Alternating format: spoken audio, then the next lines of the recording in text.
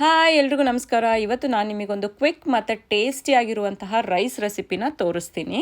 ಇದನ್ನು 5 ನಿಮಿಷದಲ್ಲೇ ಮಾಡ್ಬೋದು. ಇದಕ್ಕೆ ಬೆಳ್ಳುಳ್ಳಿ ರೈಸ್ ಅಂತ ಕರೀತಾರೆ. ಬೆಳ್ಳುಳ್ಳಿನ ಚೆನ್ನಾಗಿ ಜಜ್ಕೊಳ್ಳಿ.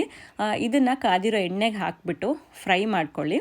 ಬೆಳ್ಳುಳ್ಳಿ ಫ್ರೈ ಆದ ನಂತರ ಇದಕ್ಕೆ ಖಾರದ ಪುಡಿ ಹಾಕಿ, ಖಾರದ ಪುಡಿ ಜಾಸ್ತಿ ಹಾಕಿ ಖಾರವಾಗಿರುತ್ತೆ. ರುಚಿಗೆ ತಕ್ಕಷ್ಟು ಉಪ್ಪು ಹಾಕಿ ಚೆನ್ನಾಗಿ ಕಲಿಸ್ಕೊಳ್ಳಿ. ಇದಕ್ಕೆ ನೀವು ಬಿಸಿ ಬಿಸಿ ರೈಸ್ ಆದರೂ ಹಾಕಿ ಅಥವಾ ನೆನ್ನೆ ಮಿಕ್ಕಿರೋ ಅನ್ನನಾದರೂ ಹಾಕಿ ಮಿಕ್ಸ್ ಮಾಡ್ಕೊಳ್ಳಿ. ಮೇಲ್ಗಡೆ ಚಿಕ್ಕದಾಗಿ ಹೆಚ್ಚಿರೋ ಕೊತ್ತಂಬರಿ ಸೊಪ್ಪನ್ನ ಹಾಕಿದ್ರೆ ಬೆಳ್ಳುಳ್ಳಿ ರೈಸ್ ರೆಡಿ ಆಯಿತು. ಟೇಸ್ಟಿಯಾಗೂ ಇತ್ತು, ಸಖತ್ ಘಮಘಮವಾಗಿತ್ತು, ಖಾರವಾಗಿ.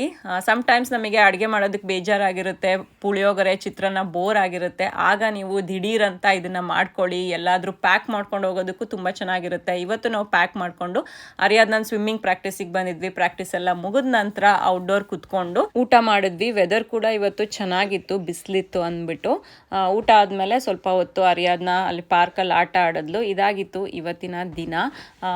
ಬೆಳ್ಳುಳ್ಳಿ ರೈಸ್ ನೀವು ಕೂಡ ಟ್ರೈ ಮಾಡಿ ಹೇಗಿತ್ತು ಅಂತ ಕಮೆಂಟ್ ಮಾಡಿ. Thank you for watching my video. See you in my next vlog. Bye.